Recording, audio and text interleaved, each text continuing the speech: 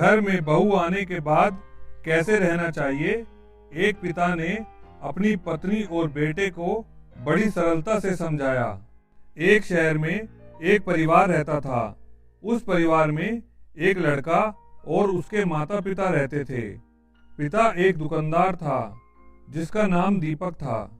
वह अपने बेटे को भी दुकानदारी के बारे में सिखा रहा था। जीवन अच्छा चल रहा था। सभी लोग घर में खुश थे। एक दिन लड़के के लिए एक रिश्ता आया और दीपक ने सोचा कि अब अपने लड़के का विवाह कर देना चाहिए। अब हमारा लड़का दुकानदारी भी अच्छे से जान गया है और उसे काम करने में भी कोई परेशानी नहीं होगी। दीपक कुछ सरल स्वभाव का व्यक्ति था और उसकी पत्नी थोड़े पुराने विचार और चिड़चिड़े स्वभाव की थी। दीपक की पत्नी ने कहा कि हमें सोच समझकर ही रिश्ता करना चाहिए। हमें पहले देख लेना चाहिए, तभी आगे बढ़ना चाहिए। दीपक ने अपनी पत्नी से कहा कि अब तुम्हें अपने व्यवहार में बदलाव लाना होगा। अब लड़के का विवाह हो रहा है, इसलिए हमें भी उनके अनुसार ही रहना होगा। पत्नी ने कहा कि मैं क्यों अपना व्यवहार बदलूं, मैं तो बिल्कुल सही हूँ। दीपक बहुत ही समझदार था। उसने अपनी पत्नी से कहा, मेरी बात ध्यान से सुनो। अब तक हमारा बेटा हमारी हर बात को मानता था, लेकिन जब लड़के की शादी होगी तो कुछ बातों में बदलाव आएगा। जब हमारे लड़के की शादी होगी तो वह इस दुविधा में फंस सकता है कि हमारी बात माने या अपनी पत्नी की बात माने। अगर वह हमारी बात मानता है तो पत्नी को बुरा लग सकता है, और अगर वह पत्नी की बात मानेगा तो तुम्हें बुरा लग सकता है। यह समस्या हमेशा बनी रहेगी।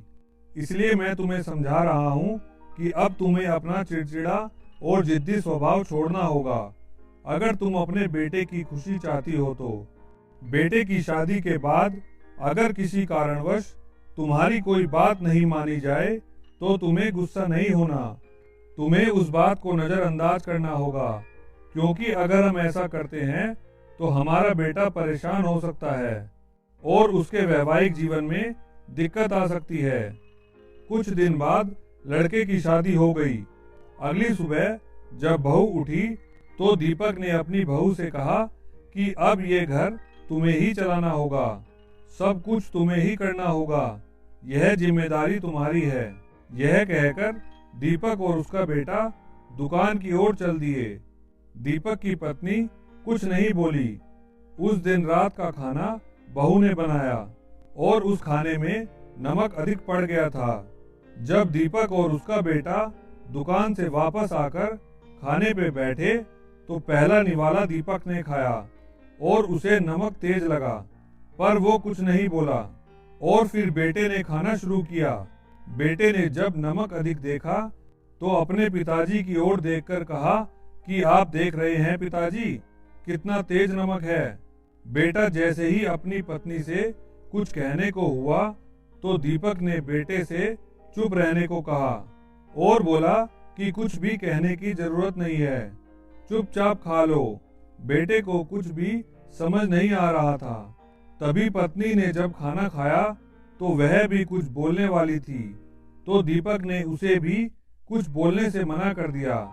जब खाना समाप्त हो गया तो सभी लोग खड़े हो गए और दीपक बाहर टहलने चला गया।